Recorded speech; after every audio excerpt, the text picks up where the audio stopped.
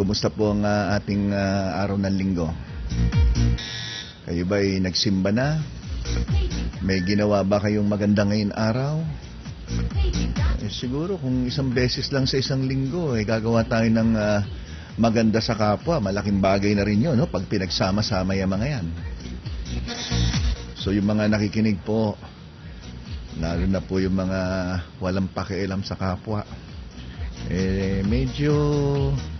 medyo kung pwede, maski na isang beses lang sa isang linggo, gumawa kayo ng isang magandang bagay. Ayan. Well, noong nakaraang linggo, ang ating pinag-usapan po ay tungkol sa prescription for disasters. Ito yung mga maaring pangkaraniwan na mga gamot na iniinom, lalo na ng mga lolo at lola. At minsan sa ayaw at gusto natin, nagkakaroon po ng hindi ka nais-nais na epekto sa ating katawan.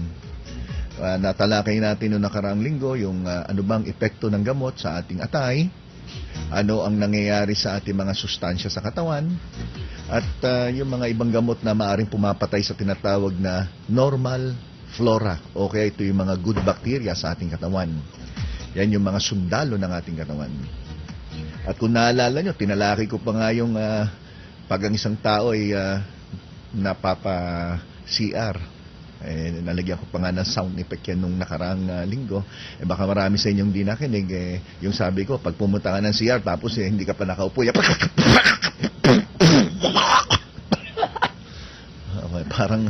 parang dumura, ano? Yung pala, puwet yun.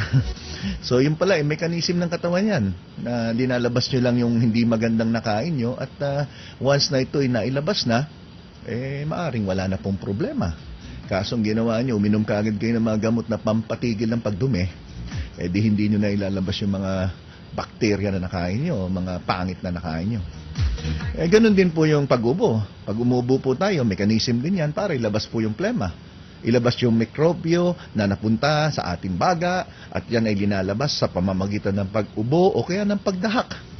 Yung iba sa inyo, konting ubo lang, iinom na kaagad ng mga anti-tussive. Ibig sabihin ng anti-tussive, pampatigil ng ubo.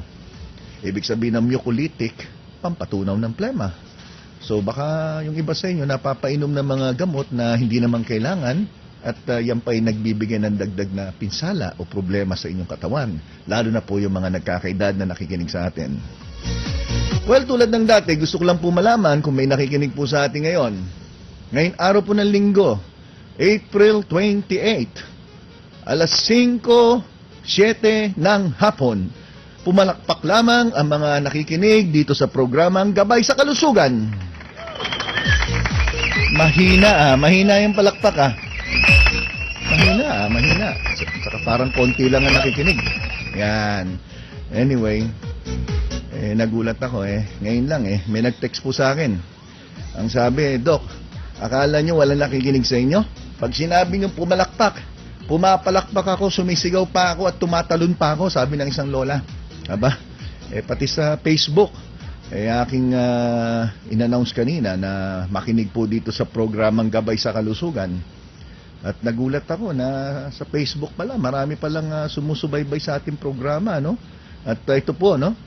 Para patunayan sa inyo, babanggitin ko pa yung mga pangalan ng mga nagsabi na sila daw ay talagang nakikinig dito sa ating programa tuwing linggo. Ito po isa-isayin natin kung minamalas-malas nga naman, no? Mahinang signal dito sa loob ng studio, hindi ko makita. Mamaya, babasahin ko yan. Bubuksan ko po yung aking capsule. Hindi, yung tablet pala. So, mamaya, babasahin ko yan. Anyway, tuloy lang natin yung ating pinaliwanag nung nakaraang linggo, yung tungkol po sa mga epekto ng mga pangkaraniwang gamot. Kung inyong pong naalala, tinalakay po natin yung tungkol sa mga gamot sa ulcer, yung mga gamot sa GERD or GERD or gastric reflux, yung mga antacid. Tinalakay din natin yung mga epekto ng antibiotics sa ating katawan. Na-discuss ko rin ng pahapyaw yung antidepressant at yung mga steroids, no? Yung mga kadalasan binibigay sa may hika at sa mga may arthritis o kaya yung mga may autoimmune disorder. Nabanggit ko yung steroids sa pangmatagalan na pag-inom, lalong-lalo na mga kalalakihan, pwede pong bumaba ang inyong zinc. Ito pong zinc, isang mineral na kailangan para healthy po ang inyong prostata. So marami mga senior citizen na baka umiinom kayo ng mga gamot na may steroids, yan po yung mga dexamethasone, prednisone, yung mga corticosteroids, yung mga tinatawag nating steroids, na pwede pong makaapekto po sa inyong prostate. At may kinalaman din ng zinc sa wound healing. Di ho ba? Sinabi ko yan nung nakarang linggo. Kung nakinig kayo. Pero kung di kayo nakinig, hindi nyo po narinig yan, syempre. Ngayon, pag-usapan naman natin ng estrogen. Well, kasi karamihan ng mga kababaihan, lalo ng edad na mga 40, 45 pataas, at pag sila po ay nag-umpisa na magkaroon ng tinatawag na menopause, o papunta na sa pagtigil ng kanilang buwan ng dalaw, kadalasan sila ay maaring may mga dinadaing na mainitin ang ulo, hot flashes, tumataas ang blood pressure, masakit ang mga kalamnan at buto, at kung ano-ano pa. Pati po insomnia. Yan po ay kadalasan dinadaing ng mga babaeng pa-menopause na. At kadalasan, mga babaeng ganitong problema, maaring nabibigyan ng doktor ng tinatawag na hormonal replacement therapy, kung saan ang isang babaeng nagme-menopause po ay bumababa ang kanyang estrogen, ang kanyang progesterone, at itong dahilan kung bakit nagkakaroon siya ng kung ano-anong nararamdaman. Minsan nagiging praning. Kaya maraming mga lalaki, pag ang asawa niyo po ay pa-menopause na, pansinin niyo, maduda. Maski napakabait ninyo, duda ng duda. Malit ka lang ng konti ng pag-uwi, nagdududa na at kung ano-anong nasa isip. Di ba mga mister? Siyempre, papayag yung mga yan. Palusot eh. Okay, so pag binigyan ka ng mga hormonal replacement therapy, ito yung tinatawag na HRT, hormonal replacement therapy. May magandang nagagawa po yan. Yan po ay gamot na maaaring makatulong, na maibsan ang mga nararamdaman ng isang babaeng pa-menopause. O kaya yung mga babaeng irregular ang menstruation, kumbaga may mga babae dyan na every 3 months kung magregla. O kaya, meron naman babae dyan na sa isang buwan, 2 beses. Minsan, nagkakaroon lang ng 15 to 20 day cycle, nagkakaroon na ng regla. At kadalasan, ito ay tinatawag na mga imbalances, hormonal imbalance, na kadalasan naman nabibigyan ng mga OB-gynecologist na mga gamot na tinatawag na hormones para po ma-regulate kung ano man ang pagkukulang o anong sobra dito sa hormones na ito. Unfortunately, gusto ko pong ipaliwanag na ang estrogen, bagamat may nagagawang maganda, kung nakakaramdam po kayo ng mga problemang babanggitin ko, dapat ho, sumangguni po kayo sa inyong doktor at para malaman ng doktor nyo kung ano yung mga susunod na dapat gawin. Halimbawa, napansin nyo na uminom kayo ng mga hormonal replacement at biglang tumaas ang inyong blood sugar. O kaya, lalong tumaas ang blood pressure. Nagkaroon ng mga pamamanhid o pamimitig dahil minsan ang estrogen ay nagpapalapot ng dugo. So kung kayo po ay may mga history sa pamilya ng stroke o kaya heart attack o kaya meron kayong gallbladder stone, dapat po sabihin niyo po yan sa inyong doktor para maiwasan po natin yung mga posibleng komplikasyon na dulot po ng hormonal replacement therapy. Ang pangmatagalan na paggamit po ng estrogen o mga hormonal replacement therapy ay pwede po magpababa ng inyong folic acid. Folic acid. Ito po ay kilala sa vitamin B9, B9. At ang folic acid ay mahalaga po sa normal production ng inyong red blood cell. So may mga babae po, pag sila'y buntis, kadalasan namumutla. At maririnig niyo po na pinapainom ang mga buntis ng folic acid at minsan kasama pa ang ferrous sulfate para makatulong po sa sangkap ng kanilang dugo. Hindi ba? O, di ba? Kayo mo mga nakikinig na lola, di ba? Kung buntis mo kayo ngayon, lola, kung sakasakali lang, lola, buntis ka ngayon, pag pumunta ka sa OB-gynecologist, bibigyan ka ng tinatawag na mga prenatal vitamins at yan po ay kadalasan may kasamang folic acid. Tama ho ba, lola? O, lolang 85 years old, nakikinig po ba kayo? Palakpak ulit, mga lola. Yan. Iba pati lolo kumalpak ha. Okay, lola lang, mga lola. Okay. So, kung kayo po ay umiinom ng estrogen replacement therapy at bumaba ang inyong vitamin B9 o folic acid, maaari makaramdam po kayo ng bahagyang pagkahilo o kaya pag tinignan kayo ng mga kasama nyo, bakit namumutla ka?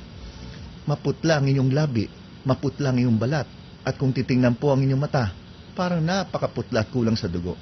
Maaari pala na ito'y epekto ng pangmatagalan na paggamit ng estrogen. Kita nyo po, kung hindi nyo alam yan, nahihilo ka palagi, tapos inom ka ng mga gamot sa hilo, ay yung pala, dahil pala sa gamot na ininom nyo. Kaya yan po ang intensyon ng gabay sa kalusugan, gabayan ang inyong kalusugan. Ano pa? Nalaman na ang estrogen sa pangmatagalan na pag-inom ay maari po magbigay din ng pagtaas ng tinatawag na homocysteine. Ano ba itong homocysteine na ito? Kala mo, homosexual, di ba? Homocysteine. Ito pong homocysteine ay mahalaga sa ating katawan. Ngunit pag ito po'y tumaas ng tumaas ang bilang, ito po ang isa sa dahilan kung bakit pwede kayo magkaroon ng heart disease o kaya ng stroke. Yan ay mga tinatawag na parang lason sa ating puso. Homocysteine. Kita nyo, importante ang mga tinatalakay natin. Ngayon, ang tanong, bakit nabanggit ko kanina na kung ang inyong blood sugar tumataas, bumalik kayo sa inyong doktor. Dahil nalaman kung kayo po'y nag-i-insulin at kayo po'y umiinom ng estrogen, mali pala, umiinom ng insulin, tinuturok ang insulin. Nalaman na ang estrogen ay nagpapahina ng tinatawag natin na insulin absorption. Ayun. Kaya mahirap pala, no? Kung ikaw ay diabetic na, isa kang babaeng may sakit na diabetes, nagkataon meron kang hormonal imbalance, at nahatulang ka na uminom ng mga hormonal replacement therapy, kailangan bantayan natin. Dahil yung insulin nyo ay mas lalong hindi na-absorb ng inyong katawan. Nagkakaroon ka ng tinatawag na insulin resistance. Ibig sabihin nun, may insulin ka nga pero parang hindi naman nagagamit ng tama ng inyong katawan. At syempre, pag ang inyong sugar naman ay tumaas dahil hindi na control, dahil sa pag-inom nyo ng estrogen, naapektuhan ng pagtaas ng inyong blood sugar, at maaring humantong din po yan sa heart attack o kaya stroke. Yan. Ngayon, sa pangalawang gamot na ating pag-uusapan, glucose-lowering drugs. Ito po yung mga gamot na kadalasan pangkaraniwang binibigay sa mga pasyenteng may diabetes. Nalaman po na ang mga gamot na binibigay natin sa mga diabetic patient, ito po yung mga anti-diabetes drug na tinatawag, yung mga iniinom, oral. Dapat regular din po ang inyong pa-check up sa inyong doktor pagdating sa inyong puso. Dahil nalaman po na bumababa ang vitamin B12, tumataas din ang homocysteine sa pag-inom ng mga gamot na nagpapababa ng inyong blood sugar. So mahalaga po yan. Dahil dito, pwede pong mataas ang tsansa na magkaroon ng coronary artery disease at stroke ang isang pasyenteng pangmatagalan na umiinom na ng mga glucose-lowering drugs. Unfortunately, panghabang buhay ang pag-inom ng gamot na ito dahil maintenance drug yan. So, habang buhay po kayo may dagdag na panganib na magkaroon ng heart attack dahil pala sa side effect ng gamot. Napakasakit, Kuya Eddie. Pero mahalaga, naintindihan nyo po. Dahil pag ang isang pasyente kulang ang kaalaman pagdating sa mga epekto ng gamot o kaya sa mismong sakit nila, mas mahirap po nating mapigilan ang paglala. At pwede pong humantong sa mga komplikasyon na mas matindi balang araw. So pag kayo po ay umiinom ng gamot para sa kolesterol, gamot sa sugar, gamot sa blood pressure, may mga posibleng paghina ng inyong katawan na dala ng gamot na ito. Dito sa mga gamot na para sa diabetes, yung pagbaba ng inyong blood sugar ay nagpapababa din ng folic acid at vitamin B12. Kaya mahalaga sa mga diabetic patient na uminom ng mga vitamin B complex na pangalalay. Pangalalay po yan. Dahil itong dalawang vitamina na ito, folic acid at vitamin B12, na kapamilya ng vitamin B family, ay mahalagang vitamins para maiwasan ang pagkakaroon din ng tinatawag na DNA mutation na pwede po magkaroon ng cancer ang isang tao. Yan yung DNA mutation, kung saan nagkaroon ng mga bulok na cells sa ating katawan na humahantong sa pagkakaroon ng cancer. Isipin niyo po yon. May ginagamot tayong isang sakit, sa hindi nating kaalaman, ito pala ay nagpapababa ng mga sustansya sa ating katawan, na itong mga sustansya na ito, pag hindi naman natin naibalik sa tamang bilang, pwede tayong magkaroon ng mga bulok na mga DNA na molecule sa ating katawan. At yan ay pwedeng humantong sa mutation. Pag sinabing mutation, parang turtle ninja mutation na, ang tama ba sinabi ko? Yung mutation, ibig sabihin, nagbago ng anyo. At itong pagbabago nito, di bali sa ikagaganda ng ating katawan, ngunit ito palang pagbabago nito ay pwede pong dulot ng gamot papunta sa paghina ng ating katawan at patungo sa kanser. Ang haba yata ng paliwanag ko Naubusan na ako ng background music Tuloy, tugtog ulit. Tumugtog ka dyan. Yan. So, sa ating pagbabalik, pag-usapan naman natin yung mga gamot sa puso, gamot sa uric acid, mga antihistamine. Kaya wag po kayong aalis. Diyan lang po kayo at dito lang ako. Wag na wag kayong aalis dyan. Kundi magagalit ako, ha? Stay, stay, stay.